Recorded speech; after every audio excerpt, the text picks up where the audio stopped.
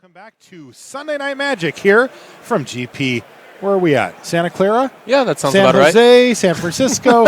They're all right in the same area. Here from GP Santa Clara, Marshall Sutcliffe. I've got with me Eduardo Sajglik, and it is our pleasure to bring you coverage of the semifinals here, where we've got Sidher, Nathan Holiday, and Joe Demestrio. They are facing off against Logan, Nettles, Vidianto, Wijaya, and Jonathan Anghelescu.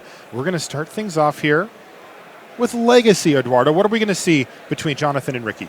So the preordained that Jonathan played actually spoils the type of deck he's on. Since normally Ponder and Brainstorm are more than sufficient for most of the blue decks in the format, but combo-focused ones like Sneak and Show from Anghelescu, those decks want preordained. They want that extra dig. Okay. While Ricky Snyder is on a four-color control list, a lot of nonsense between the main deck and the sideboard, but you're going to see Deathrite Shaman, Baleful Strix, Leovold, and of course, Chase the Mind Sculptor. Basically, how this matchup wants to play out is both players will set up to start with, but Ricky has to be very careful about Jonathan's ability to play out soul lands like City of Traders and Ancient Tomb and power out a turn 2 Show and Tell. So basically, Ricky is trying to stop Jonathan from comboing off too early and basically set the stage for his mid-game threats and late-game threats to take over. All right, so we've got Ponder on the stack here for Ricky Sidher. He's taking a close look at his hand. I see, looks like a Force of Will, a Diabolic Edict, and I don't know what quite that is in the middle there. Couldn't quite get a look at it. Yeah, so those are the cards. Yeah, that off the Ponder. We see Preordain already having been cast for Jonathan, as well as both players attempt to set up, well, their game plan. And as you mentioned, Jonathan is in the seat of, I'm going to try to stop you. Or rather, Ricky is in the seat of, I'm going to try to stop you. And on the other side, we could see Emrakul from Jonathan Anghelescu, who's the one who's going to be the one who's trying to employ his game plan against Ricky. Now, good news for Jonathan. Ricky decided to shuffle with his Ponder. That's, of course, one of the options that you have. Look at the top three. Put them back, draw a card, or shuffle, then draw a card. That's what he did. And that's always good news, right? When you're sitting across, you're like, hey, you didn't find exactly what you needed. Yeah, when they ponder and keep, that's not normally the best news. The shuffling is nice. It's why ponder is so good, though. That option to shuffle. If we did not have access to that, then the card would potentially not even see legacy play if you couldn't shuffle off the ponder. We might see ponder preordained instead be the core. But the fact that you can shuffle, like the fact that you can see free cards and go like these are not what I want and shuffle is actually pretty powerful. And it does synergize with Brainstorm. You know, you can if you have no level shuffle effect, you can just Brainstorm, and then ponder and go like, well, I didn't want these two cards, I'm just going to shuffle. And even in some cases, you're like, well, but the third card is actually incredible, so you can still have that option. That versatility is what makes these blue decks so great. Speaking of, here's Brainstorm. That, of course, is the headliner card for this format, Legacy. Every time you watch Legacy on any form of coverage, we always talk about it, no matter what, as it is kind of a broken Magic card in many ways. Of course, what we've talked about throughout the course of the weekend and what anybody who has watched a game of Legacy will know is that that Scalding Tarn, the fetch lands, of course, are the other complement that make Brainstorm so powerful. And we see Ricky right now, looking to take advantage of that. He's going to put two cards from his hand back on top of his library, and if wants, he could shuffle it away. Now, it looks like he's going to go for a Deathrite Shaman and keep that fetch land intact. Now, he still has an opportunity to do so, but maybe those are just good cards and he wants to keep them. Yeah, it really depends. Something you could do with Brainstorm as well, while Ricky is most likely going to shuffle, is you can sometimes keep a card on top that you're not 100% certain you want to keep. See how the game plan develops in front of you, and then decide whether you want to keep it or not. So you can go like, okay, I'm not sure if this card is good or not, so I'm going to keep it on top. It's only good in this scenario. And then you decide, actually, that was the scenario that happened. I'm going to keep it. Or you can go, you know what, that scenario didn't happen. I don't want to keep that card. Right, and you see a lot of this go on here as well in Legacy about maximizing information before having to make critical decisions. And, for example, Ricky does crack his fetch. That could have just been the plan from the get-go. It also could have been that he would have liked that card on top, except for now that he sees Ancient Tomb or whatever, he's like, okay, that changes everything, and he wants to do it. And that's one of the really cool kind of intricacies that you see in this format and not quite as much in others. Right. The ability to change your hand so much is very inherent to this format. the fact is as well that like I actually glimpsed that Ricky put back 2 lands, so it was definitely a value brainstorm. Just sculpting his hand, making sure he has plenty of spells, since after all with the Shaman free lands, he's probably fine.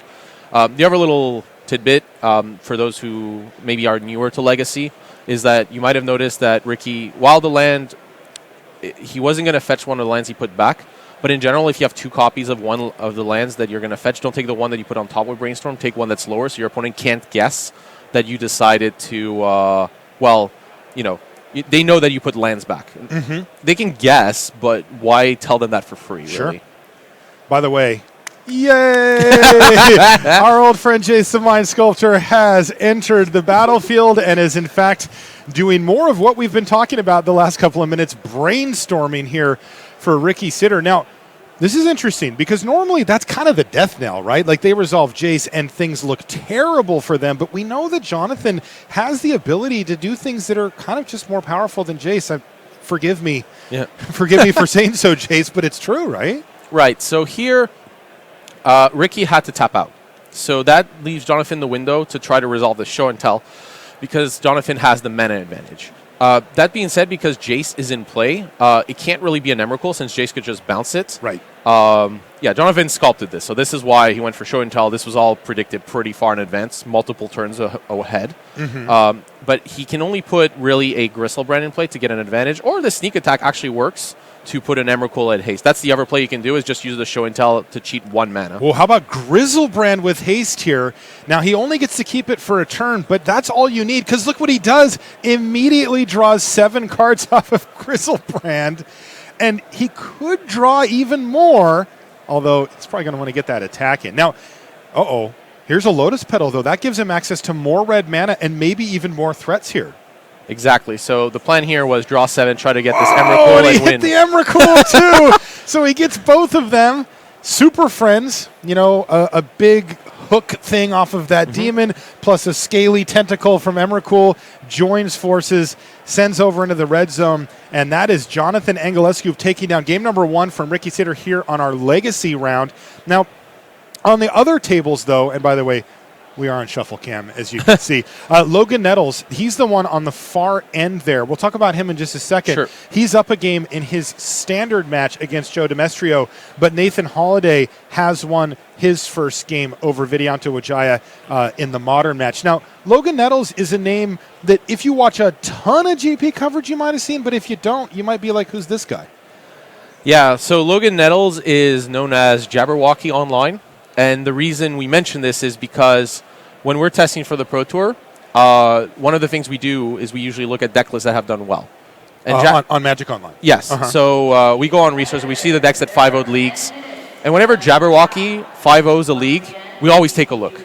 We always take our time, look at the deck list, make sure we understand it, because basically Logan Nettles has, especially in Standard, really managed to to push archetypes to not perfection, but he's really refined archetypes really far. He really refined the green-red Aetherworks Marvel deck back in December of 2016.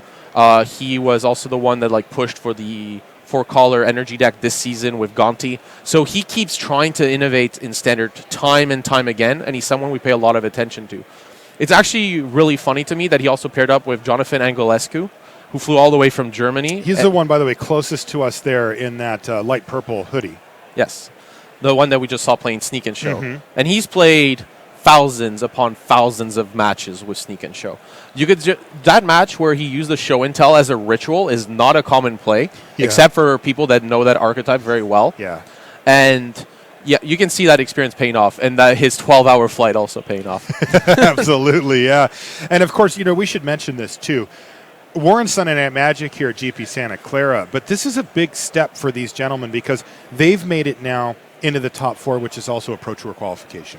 Right. Every player in this top 4 has earned an invitation to Pro Tour 25th anniversary and has not had one before for that Pro Tour. So that means that all 4 of these teams, we will see them in August.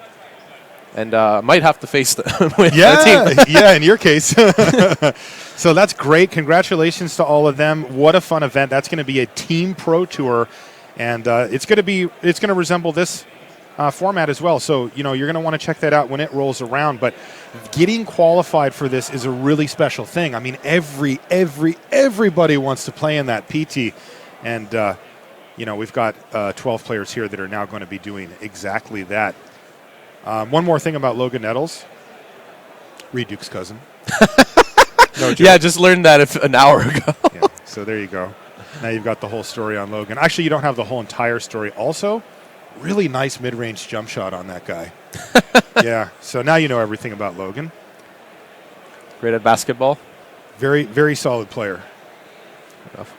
I wouldn't know. I would pick him first out of all of these players, just blind. Like, he's also the only one I've actually played against. But that's totally fair. All right, it looks like one of the matches is actually underway here. That's Table B, which is, of course, is our modern match. Vidianto Wijaya.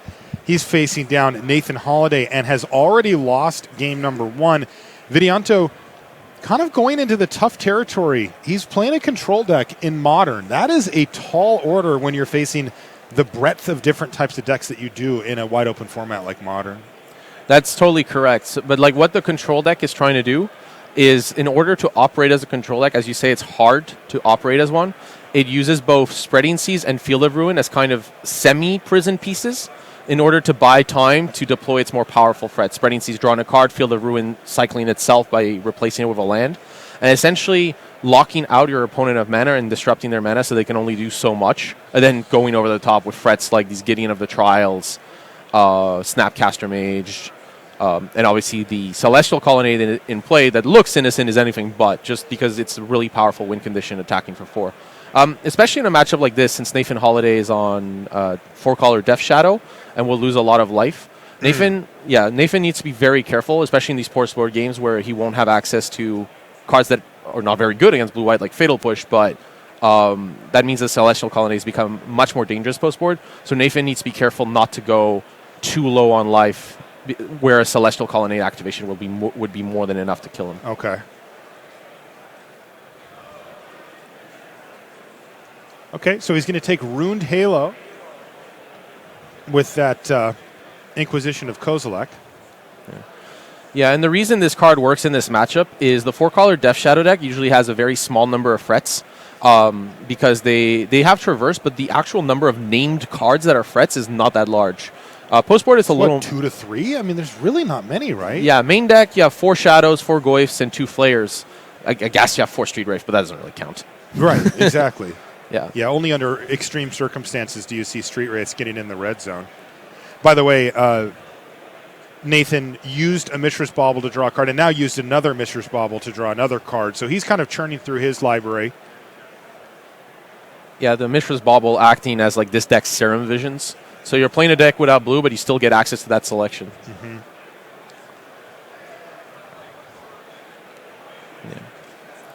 Yeah, we used to see Gitaxian Pro be, one of the key cards in this deck as well. And I think a lot of people kind of put the gravestone on this thing when that card went away, but nope. Still going. I think that's one of the best stories from that GP. It was the Grand Prix literally after the modern bans where Gitaxian Pro was no more. Mm-hmm. And people are like, okay, Shadow's not really playable. And then people came up, and then it was Jerry Thompson, Josh Later, and there was a third person that unfortunately I can't remember now. Mm-hmm. But they dominated the top 4 of that GP, coming with a build of Death Shadow that no one had really seen. I mean, it was being played online, but it was like just a month or 2 before. Was it Sam Black? I'm not sure. I remember they crushed. Oh yeah, that was wow. Actually one of the most dominant performances, and it was really particularly impressive because of the fact that it was in modern. Mm-hmm. Where, yes, there is room to kind of break it. We saw that with the Pro Tour with Eldrazi. But still, you have to be able to beat so many different types of decks. It's really difficult. And they had, 3 people in the top 4. It's just unbelievable. Oh, yeah. That performance was incredible. I can only think of one GP performance lifetime that was more incredible. Mm-hmm. Actually, also in modern. It was 4 players from the same village in Japan that came with Kiki Cord. Almost only one had free buys. The others had 1 or 0, and they all top 8'd with the same 75. That's absurd. Yeah, and no one knew these people. They weren't like known or anything. They just came out of nowhere and dominated that tournament. That's the only performance I can think of that was more dominating than that one. That is incredible. Yeah. All right, so what do we have here? We've got Gideon of the Trials versus Tarmogoyf now. Okay. Right. So you can kind of see Vidianto's plan here. His plan with Rune Halo and Gideon of the Trials was, I'm going to name the first Fred you have on with Rune Halo. The second Fred I'm going to lock down with Gideon of the Trials.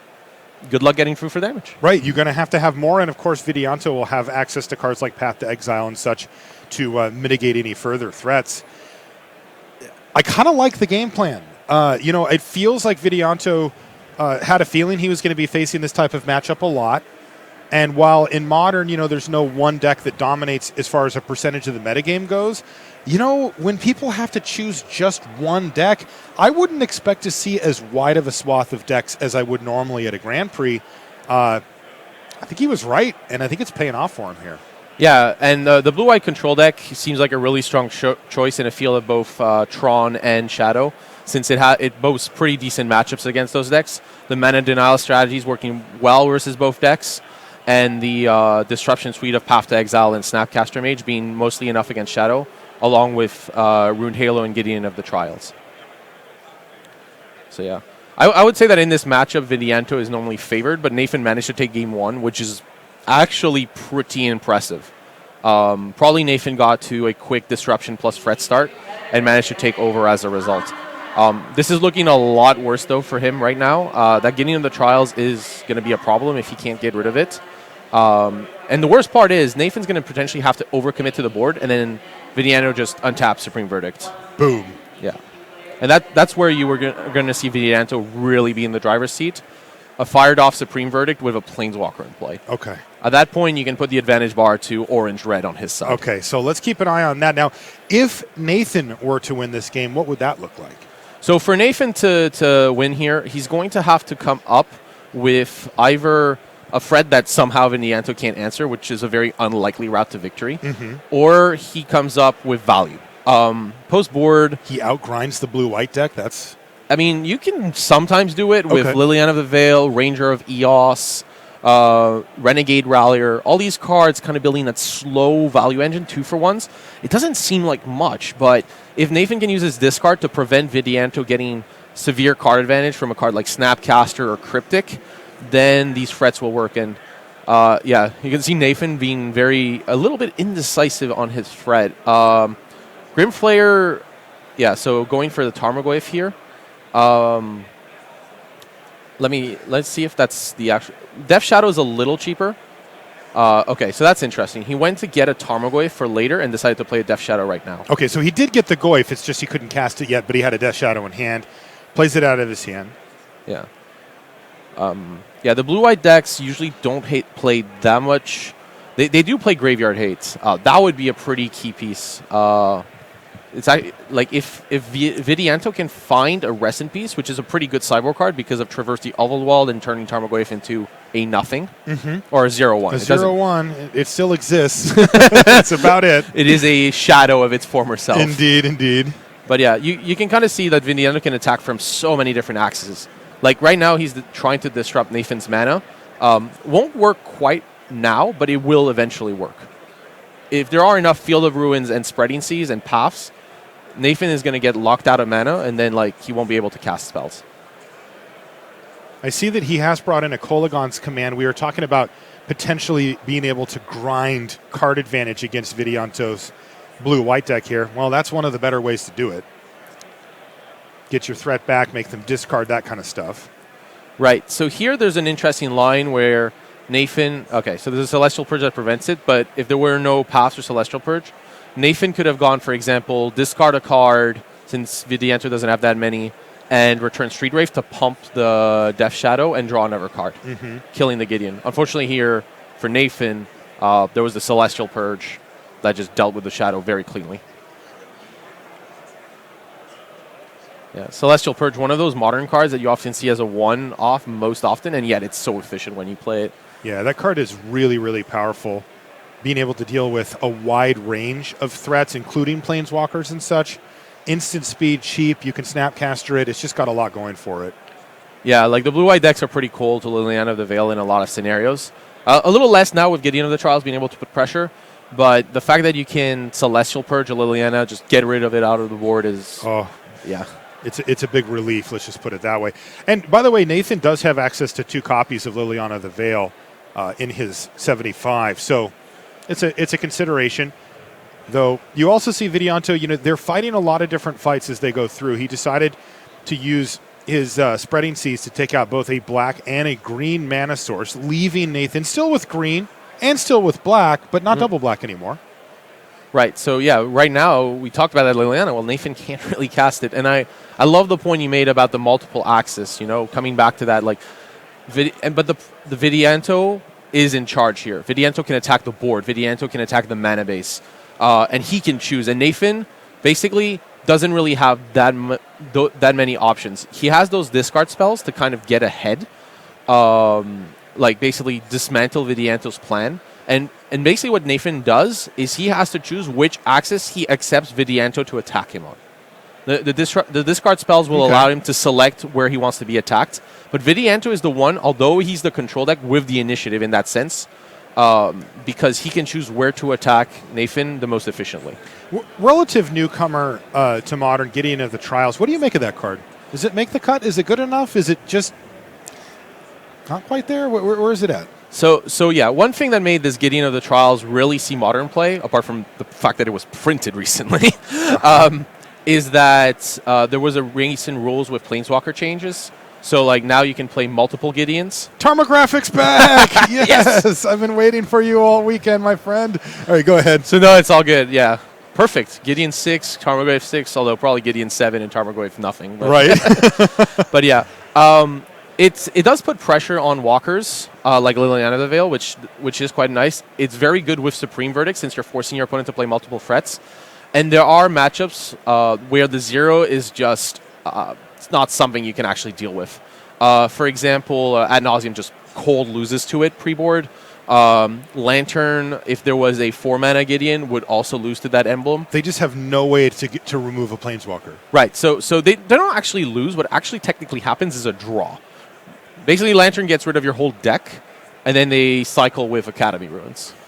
But really? You can't lose, and they can't lose, so you have to accept to a draw. I see. But yeah, focusing on the match here, you can see is that a Fulminator Mage there for Nathan? It's a little shiny on the sleeve.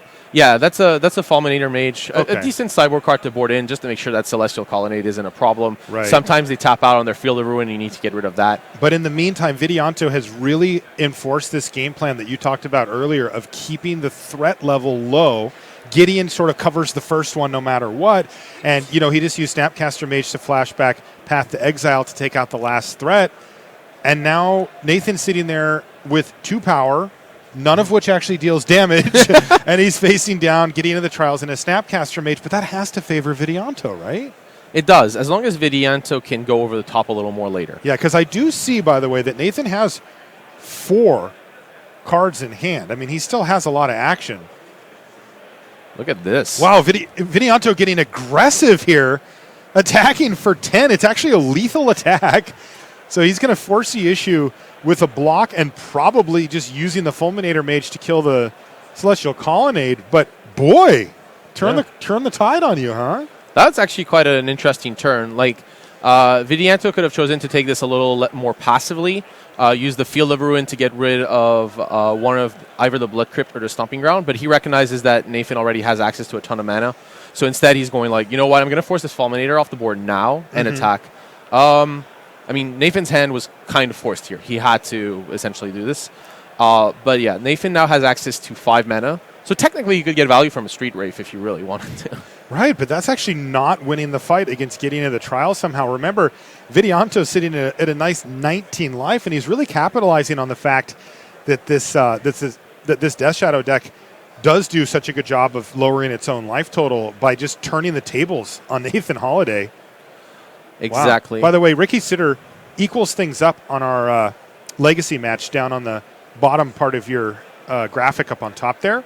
So Jonathan Anghelescu, we saw him do a really cool play of using Show and Tell, and he thought, okay, well, what's the big thing you're going to put in? And it was Sneak Attack.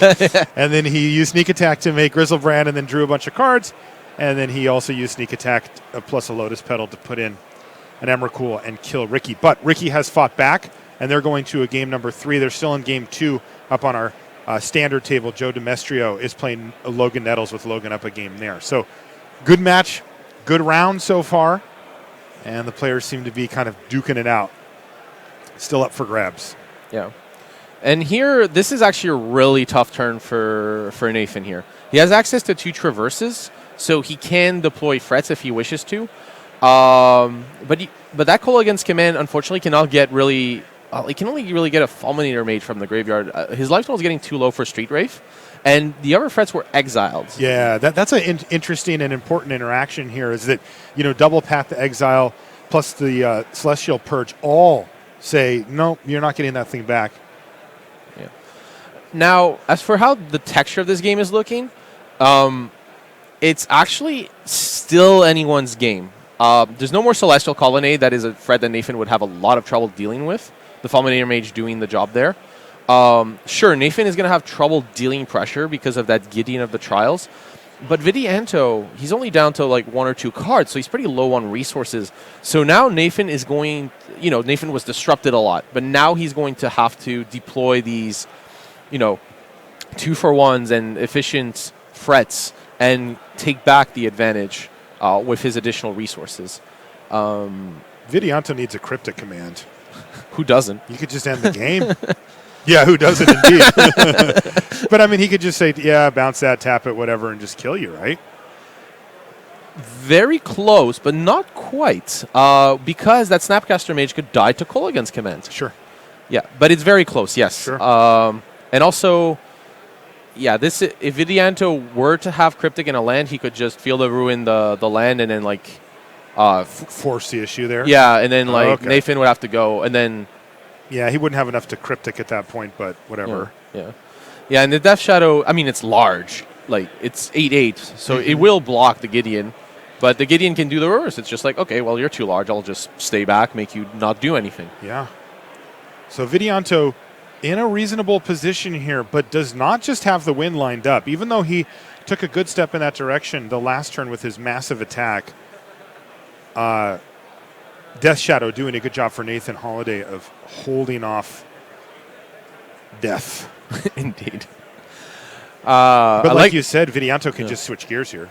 Yeah, of course. If Vidianto gets a removal spell, he can go in. And that's what Nathan's respecting. This is why Nathan is waiting for Vidianto to untap, even draw that extra card rather than Kolaghan's commanding right now, is because if Nathan were to tap out and Vidianto was to draw a removal spell or a Cryptic, which are not unlikely draws, then Nathan would lose on the spot. While here, Nathan retains the option to be able to Kolaghan's command the Snapcaster Mage in case, worse comes to worse. Does Nathan have to do it now? He'd need a basic Swamp to be able to still cast it after this Field of Ruin because it was the Bloodstained...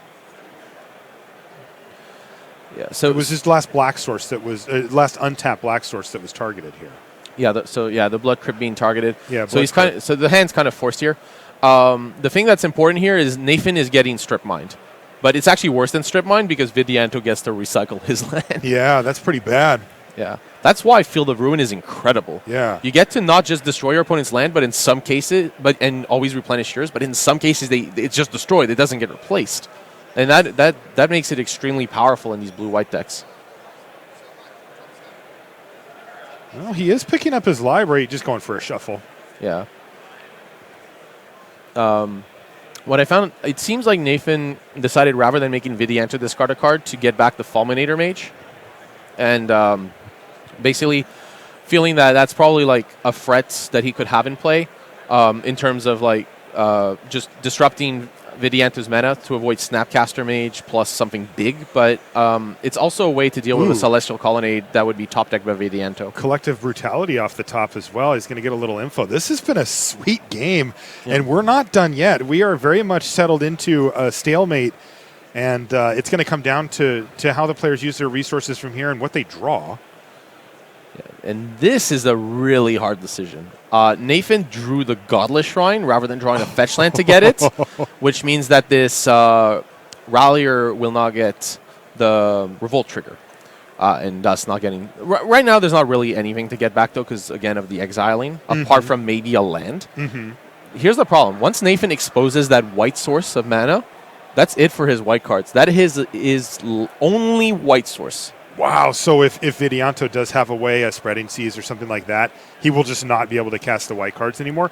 But if he plays it untapped, he goes down to 3, which means that Gideon would be lethal. It could give him perhaps extra problems. All right, so he went for the collective brutality there, and he took away Supreme Verdict, and he is going to play this thing untapped. Yeah. By the way, we can also see why Nathan didn't want to make Vidianto discard. From a previous Thoughtseize effect, the Inquisition, he got to see Vidianto's hand, and he knows that it was another Gideon of the Trial, so no need to make him discard. And here the collective brutality is exactly right to get that Supreme Verdict off the board, which would otherwise be, well, game. Yeah, it would. Wrath, activate Planeswalker, kill you. So he takes care of that problem and has Traverse Ulvenwald, though he did use his white mana. It didn't end up being for that Renegade Rallier. It was just actually for black mana so that he could cast the Death Shadow. So now he's got double Death Shadow, and Gideon is now being threatened. Yeah. He's only at 8 loyalty, and those Death Shadows are 10/10s. Wow. So this is a little bit of desperation here from Vidianto, who's going to play a second Gideon of the Trials, target the other Death Shadow, and buy himself a turn. Right. Hit him and Gideon a turn. Right. So the reason Vidianto went for this play, rather than letting his Gideon die, is because this does the same thing, like basically when your Gideon dies, but the difference is that Vidianto didn't really have anything to do with his mana this turn, so it allows him to untap with Gideon of the Trials into Supreme Verdict, rather than having to... Or Cryptic. Or Cryptic, rather than having to retap for Gideon of the Trials. So this gives him outs off the top of his library to win the game next turn, depending on what Nathan ends up doing and having, but Vidianto scrapping it out to try to give himself the best possible chance he can. Yeah. I really like that play. That was really heads up, to be fair. I think most people would miss it, and it's just almost strictly superior because the loyalty on Gideon wasn't going to matter against these Death Shadows. And this way, Wow, so we are overextended here for Nathan Holiday, but he knows that there's no sweeper. This really wants to be Supreme Verdict for Vidianto Wijaya, because now Nathan Holiday is representing a bunch of damage. Only one Gideon. It can take out one of the 10/10s effectively. Oh, it's Cryptic. Yes, it was Cryptic Command off the top of the library. That's exactly what Vidianto Wijaya needed. He taps down his opponent's team, activates Gideon, and slams for 4 to even things up. And take a look at this, Eduardo. Yeah. 1 game apiece for every player in the whole feature match area. Let's do it. But oh man, wow. that heads up play with Gideon gave Vidianto the chance to draw Cryptic and win the game. Unreal. Yeah, I didn't think he drew it because he just sort of looked at it and maybe said something to his teammate. Normally people go and it hits the table, you know. Sure, but like if it wasn't lethal, you'd want to keep it in hand. And he was just checking, right? Like, you know, like it's an important match. You can take the breather space. He just caught me off guard. He got me. Fair enough. Man, that was awesome stuff. A really cool line of play from Vidianto, giving him that out, and he actually ripped it. Feels like justice. Hydroblast targeting Blood Moon. Right. What I was really leaning on that Deathrite Shaman, huh? Exactly. I was just gonna say the fact that we hadn't seen the graveyards is almost a shame because I wanted to know if there was a land left. But yeah, him to Tura getting spell pierced here. Ricky correctly identifying that with 2 lands and Shaman to City of Traders Island and 2 Volcanics, he's gonna basically have to jam a Fred every turn and just let Jonathan counter anything he wants. All right. So Force of Will does resolve, so sneak attack will not be on the battlefield. Right, but like look at this, right? Even if Ricky knew that Jonathan had a counterspell, the fact that he ran him to Torak means that his Force of Will was able to stop that sneak attack. And yeah, this him to Torak is just incredible here. Speaking of him to Torak, there's another one. 2 of the 3 cards at random. Have you ever been hit by that card? Oh, yes. It's horrible. It's awful. At least I'm glad that the incorrect art got countered and the correct art got got shown. Oh, I love that. I was going to ask you what you like. Oh, the wolf. Come on. Yeah, there you go. The wolf is awesome. But yeah. What's up with Ricky running 2 different artworks, by the way? He's running the like Modern Masters one as well as This super old school? That's It's crazy. it's like the From the Vault 20. Maybe he only had one From the Vault 20 box. You don't really want to buy 4 of those, okay, right? Fair enough. Yeah. But yeah, okay, this Blood Moon. I was going to say this is back and forth because basically Ricky managed to turn around the game that looked bad, right? Yes. No source for that Blood Moon. It was in play. Managed to kill it, counter the sneak attack, get that him to Turek, and now the Blood Moon comes back. And there's no lands in Ricky's graveyard, and I'm not sure if Jonathan has and he rips sneak attack. Now he still needs to find a threat, but this has been a nice sequence for Jonathan. And remember, he's the one with a basic island there as well. So, he can find things like Ponder and that kind of stuff to help him dig through his library. He found something. He found Griselbrand right away, and that's going to do it. Jonathan Anghelescu wins his match 2-1 over Ricky Sidher. So, we've got 2 different Game 3s happening. Joe Demestrio versus Logan Nettles on Standard. Nathan Holiday versus Vidianto Wijaya on Modern. And it's going to have to be Joe Demestrio and Nathan Holiday winning their matches if their team is going to advance to the finals here at GP Santa Clara. On the other side of the table, just one little win. Yeah. Jonathan's like, come on, guys, just the one. Please get it. I think the legacy portion here was really, really interesting. Absolutely. Jonathan and Ricky both really mastering their decks. Ricky not losing a match allegedly all weekend. Jonathan with all his matches. And here, Ricky's got his alleged first personal loss of the weekend. But you know what? If, as you say, if Nathan Holiday and Joe Demestrio can come back, then they can take it down. They can avenge his only loss. That's the nicest part about this team tournaments. You lost. It feels bad. I mean, you feel bad that you let your teammates down, but, you might have played your hardest and that's it. But the nice part is you might have lost, but your teammates could win for you. Oh, that's the best. Yeah. That is definitely the best. Right. So it looks like our other match, by the way, is already finished. If that one went long enough past this one, we would watch it, but it looks like they're already done. Yeah.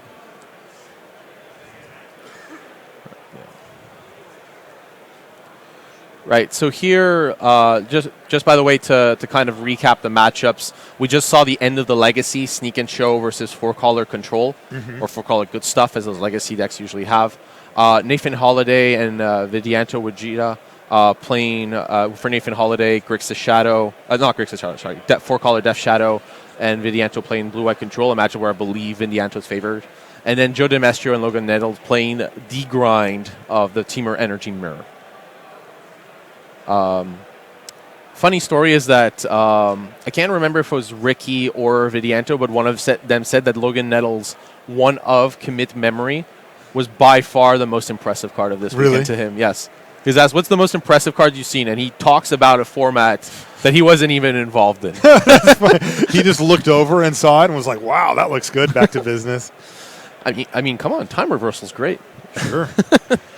So we've got right now people getting all shuffled up here for these Game 3s that are upcoming. And I saw Logan Nettles look over at Jonathan and Vidi and say, hey, would you keep this? What do you guys think? And right now it looks like they're just presenting decks for the Modern match as well. Great stuff. This has been really fun. Yeah. And you can kind of see the team tournament of this structure has actually been very interesting, right? Because one thing that I saw from the profiles from Logan, Vidianto, and Jonathan was they kind of didn't really know each other before. But because you don't have to split decks, you can just play whatever you feel comfortable with. As long as you find people of other formats that that you believe and are comfortable letting them play, then, you're just good to go. Yeah, it's been interesting just checking out this Team Trios structure, and we will be seeing more of this throughout the year. Very interesting in the sense that, it hasn't happened, but I could even just not like you. I could be like, who are you? Leave me alone. Just make sure you keep winning your matches, and we could play, Now, obviously, the teams are advantaged if, there is some help and some communication between them and that kind of thing. But, with the limited events, you do not have that. You need to work with the person. You need to make decisions together, during the build and the processing of all that stuff. But here, It's really interesting. It's not the case. It is a little bit more siloed off. I like it, though. Yeah. I don't know. It means that we've seen some teams that we wouldn't normally see, I think. That's very true. Also, I wish I was like a super legacy specialist because they were in high demand. Like, I could have got on a sweet team. Yeah, the legacy specialist is usually in high demand, and Nettles and Well, they're usually not, right? Usually they're like, oh, I got my 1 GP for the year. I hope I go crush it. And, here it's like everybody's ringing your phone and saying, hey, man, we need somebody. If I wanted to shout out for a gold level pro that would qualify there, that would be land specialist Jarvis Yu. Oh, yeah, definitely. He comes to mind for sure. I'm sure he had a lot of Facebook messages asking to team up. See Mishra's Bobble here from Nathan Holiday. And you see as well like the fetch land and the street wraith. So Nathan decided, because Nathan got to see his own card, he got to decide, is this a card I want? And then decided to fetch it away and then draw with street wraith. That way, not drawing the card. And that's what Mishra's Bobble allows you to do in combination with a fetch and a street wraith. We also see a Inquisition of Kozilek here from Nathan Holiday. Unfortunately for us, Vidianto Wijaya has a completely foiled out deck, and it just I see like a big shiny spot on the top of the ceiling, but I can't actually see the cards. I see a Spell Snare, Detention Sphere. There's a Celestial Purge. So, I don't have Path to sunscreen. Exile. Yeah, I know. Hey, don't look directly into the Path to Exile, man. You could damage your eyesight. There's a Glacial Fortress, which is how the shower felt this morning when the heater wouldn't work. And I can't quite see. Oh, Supreme Verdict. What's that second to last card on the end, though? That's the only one I can't see. It was a Mystic Gate, I suspect. Okay. I don't think Vidianto will keep a one-lander, and it looked like Mystic Gate more than other cards. So Nathan taking the Detention Sphere, probably because it's while every card kind of trade 1-for-1, that one is extraordinarily dangerous for Nathan. If it ever hits a 2-for-1, then Vidianto would be very, very far ahead.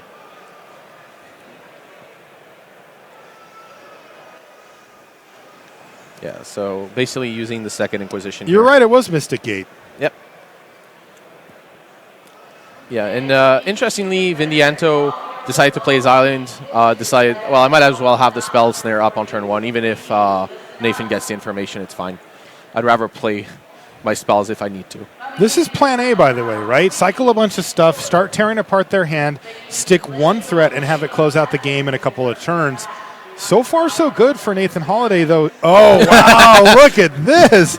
Just ripping apart Vidianto's hand. But, one of the things I'll caution anybody who thinks, okay, he's just crushing him at this point, is that if he does not back this up with a threat, it often falls apart. You often think, okay, I got him down, no sweepers, no more removal, we did it, and then you lose anyway because you don't do anything for 4 turns, and they're like, okay, sure, pawn, play a bunch of card draw, Serum Vision, stuff like that, and then all of a sudden they have a stacked hand again. Right, so what you're saying is totally correct, and what Nathan is trying to do here is, he goes, you know what, Supreme Verdict, that's an expensive card, especially when you're down to 1 land. If you don't have anything, I can just go for Death Shadow, potentially another, and then just try to kill you before that Supreme Verdict comes, or I could draw another Thoughtseize for it, since Vidianto has the Spell Snare. I saw, however, that Vidianto drew, I believe, a Gideon of the Trials, which makes that plan go really wrong, since what's probably going to happen here is Nathan's going to decide my best chance to beat the Supreme Verdict is just going to be to jam these 2 Death Shadows, so using the Traverse and the Shadow. Although, actually, it doesn't seem like Nathan has Delirium to use up the Traverse. He's got a lot of lands, creatures, and he does, right? Artifact. He cycled a Street Wraith, too. Creature, land, artifact, he does have Delirium. Yep. That deck gets there quickly. He sure does. Right. This is turn 3. He hasn't played a land yet. Yeah. So what in the world? Right, so Nathan has 2 fetch lands, and basically what I think he's going to do and what's going to ultimately not work unless he top decks a Thoughtseize is Nathan's going to go untap fetch land, traverse for another shadow, have 2 6/6s, try to draw into a Street Wraith with that other fetch land and basically kill Vidianto in one shot before that Supreme Verdict comes online. He may choose to go slower and try to play around the Supreme Verdict by not jamming both shadows. For sure, he's going to play 1 this turn. It is an incredibly risky but also important line of play that he has to deal with here because he is at 1 game apiece, and if he loses this game, let's say that line just doesn't pan out for him, that's it. Yeah. The round's over. They're out of the tournament. Yeah, and this Gideon of the Trials. What a great rip. Yeah, drawing it from Vidianto is just, it works so well in his game plan, right? Like the Supreme Verdict. Nathan can't really pressure the Gideon because if he just plays the second fret, well, Gideon goes like, okay. The main reason Nathan would have not wanted to traverse right away was if his plan was to get a higher value creature, a Renegade Rallier, for example. So his plan might have been to force Vidianto to Supreme Verdict and then play Renegade Rallier off that traverse, essentially being able to rebuild his board as well as possible. Now, with the Gideon of the Trials, Nathan needs to go way above this and may have to use the traverse for Ranger of Eos, most likely. Just to keep his threat level stocked high. Exactly. Brutal. So also, the problem here for Nathan is he can only take so much damage. This Gideon of the Trials being a 4/4 is actually an issue. True. He's down to 10. He's got a Bloodstained Mire there. That's going to put him down to minimum 9. And he could go further. Yeah. Well, that's the thing. Nathan does want to go further. You know, the Death Shadows are great. But yeah, the life total you want to really care about on Nathan is 5. Anything below 5, and Vidianto can usually one-shot Nathan with a Celestial Colonnade or a Gideon of the Trials, right, using a Cryptic Commander or a Supreme Verdict. Oh, that never happens. So for the only last game. Do you want to recap what happened for those that just tuned in? That was awesome. Vidianto Wijaya had actually made a really cool play where he used Gideon of the Trials to blank one of the 2 Death Shadows on the other side of the battlefield, then cast another Gideon, of course losing the first one, blanked the next Death Shadow to give himself a chance. This is, of course, with Nathan Holiday sitting at 2 or 3 life, and he actually just ripped a Cryptic Command, said tap down your shadows, activate Gideon, kill you. Yeah. And it was really exciting. And yeah, this is exactly what you were just describing here, Eduardo. It is not good news for Nathan Holiday. He now has 2 Death Shadows, and he knows Vidianto Wijaya has Supreme Verdict in his hand. Exactly. He's just like, here, have some more. Right. Can't do anything about it. Well, thankfully for Nathan Holiday, he decided to essentially get the... there are 2 things that are important here. Okay. The fact that Nathan did not crack his fetch lines right away, so he can decide what his life total is a little down the line. The second thing is he grabbed that Ranger of Eos off the Traverse. So while Vidianto is kind of priced in to cast the Supreme Verdict and clear the board, the fact that the Ranger of Eos can rebuild by getting 2 shadows does give Nathan a chance. However, this is over 2 or 3 turns. He has to cast the Ranger, and then he has to cast the Death Shadows. Because of that, that's giving Vidianto a ton of time. Plus, Nathan will be at potentially 8 with those fetch lines at least. Because he will need the mana. He doesn't have white mana yet, for example. Right, and then he would just lose to another Cryptic or a Path because Vidianto can just go Supreme Verdict, attack you down to 6. Nathan's priced in, has to go down to 4, and then Vidianto could just Path the Ranger. Of course, Nathan could draw land and play a Shadow right away. And that's where it gets really interesting, actually. Sure. Yeah, but in the near term, things are looking very good for Vidianto Wijaya as he can simply sweep the board away. He can even get in with Gideon. He'll have Gideon just sitting there. That's for the next threat that Nathan ends up putting out. Yeah. And this, by the way, puts Nathan down to 6. Yeah, and I think if you've seen like the games with this blue-white control deck versus the Death Shadow deck, you can see how good Gideon of the Trials is in these matches. Really good. It's been so annoying for Nathan each game we've seen it. Right. It combines as removal spell plus kill condition. Yeah, very strong. And cost 3 mana. And the right price, exactly, 3 mana. So really good stuff from Gideon of the Trials. I don't know how good Gideon is in the broader context of Modern, but I like it in this matchup, I'll tell you that. Oh, yeah, it's really great in this matchup. The fact, if you need 2 frets, it's a little worse against the Grixis Shadow versions. They have access to Stubborn Denial to get rid of the Gideon of the Trials. So they play a little more selection. So they also have like Tasigur, which their frets are just 1 mana cheaper, so they can get rid of the Gideon a little easier. But it's still hard for them.